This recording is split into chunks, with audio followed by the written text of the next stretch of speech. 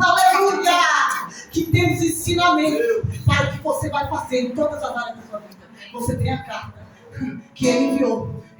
Os apóstolos Paulo deixou escrito, Jesus Cristo deixou todos os ensinamentos para eu seguir, para você seguir. Esta é a carta que você tem que ler, que você tem que pedir discernimento do Espírito Santo antes de começar a ler, aleluia, e viajar nas histórias e aprender, aleluia, aprender e praticar com o próximo. É para que o Senhor acabou de falar que a sua família foi pela graça comprada. Foi pela graça para ser santificada e por amor, para que você seja exemplo e envie outras vidas. Então essa é a carta. Você lê, aprende, aleluia, toma posse, se edifica, seja testemunho, e pregue, e seja bênção, e seja um instrumento da vida dos outros. Aleluia. Tudo isso que Deus fez para mim e para você. Aleluia. No versículo 16, o próprio Senhor Jesus Cristo, o nosso Deus e Pai, que nos amou em graça, nos deu uma eterna consolação e a boa esperança. Eterna consolação. Ele está trazendo consolação para a igreja que não é daqui, meu irmão. É da eternidade. Você não está entendendo? É um sustento para você aguentar. É um sustento para você permanecer na presença até a vinda dele, em nome de Jesus. Em perseverança na presença dele, em nome de Jesus. Aleluia.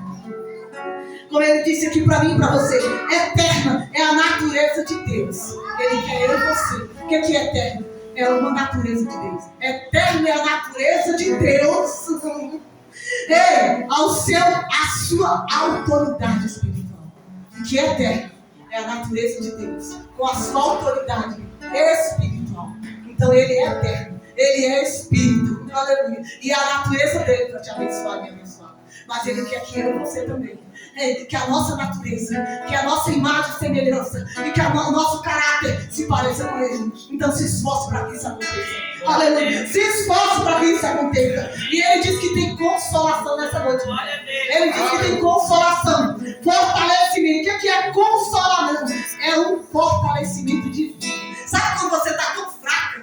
Sabe quando você está tão angustiada? Sabe quando você está tão cheia? E ele vem. Você coloca o cheiro no chão, olha o fortalecimento divino. Isso se chama fortalecimento divino. Quando você não está aguentando mais, quando você está tão angustiada que você vai para o chão, quem vai tocar na sua cabeça? Não, irmão. Quem vai tocar na sua cabeça? Então, é ele. Consolação é a graça divina, do fortalecimento que ele traz para mim e para você nos momentos difíceis que nós passamos. Então, se você não sabe, essa consolação tem para os filhos, para os eleitos, para os filhos, em nome de Jesus. O que ele está dizendo para você? E o que ele está dizendo também para mim e para você? Lá em 1 João, ele diz que a graça, esse alívio, essa consolação é um alívio que ele dá para você quando nós estamos cansados. Ei, irmão, quem não está? Quem nunca ficou cansado, hein? 1 João capítulo 4, versículo 10, ele diz assim para mim e para você: nisto está a caridade, não em que nós tenhamos amado a Deus, mas em que ele nos amou e enviou seu Filho para apropriação pelos nossos pecados. O que é apropriação? Ele enviou o Filho dele para apropriação pelos nossos pecados. Ele enviou Jesus para apropriação pelos nossos pecados. Eita, aleluia. O que é apropriação? Ele diz que assim, é a ordem de Deus. Apropriação foi uma ordem, é uma ordem ou uma ordem de Deus. Apropriação é um mandato divino, sagrado, ordem por Deus, para que a humanidade frutifique.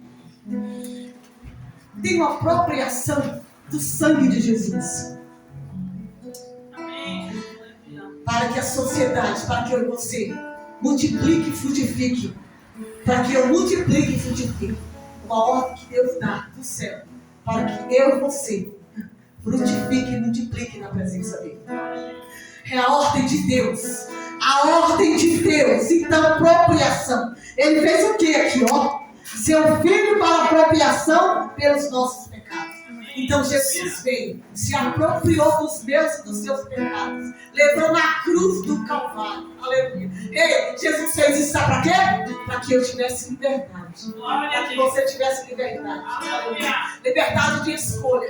Ei, aleluia. Ele mandou o Filho dele fazer isso. Para que eu frutificasse na terra. Para que eu multiplicasse na terra. Para que você frutificasse e multiplicasse na terra. Ei, aleluia. Para que o amor dele, que foi vertido naquela cruz, que foi o exemplo da cruz, aleluia, constrangesse eu e você.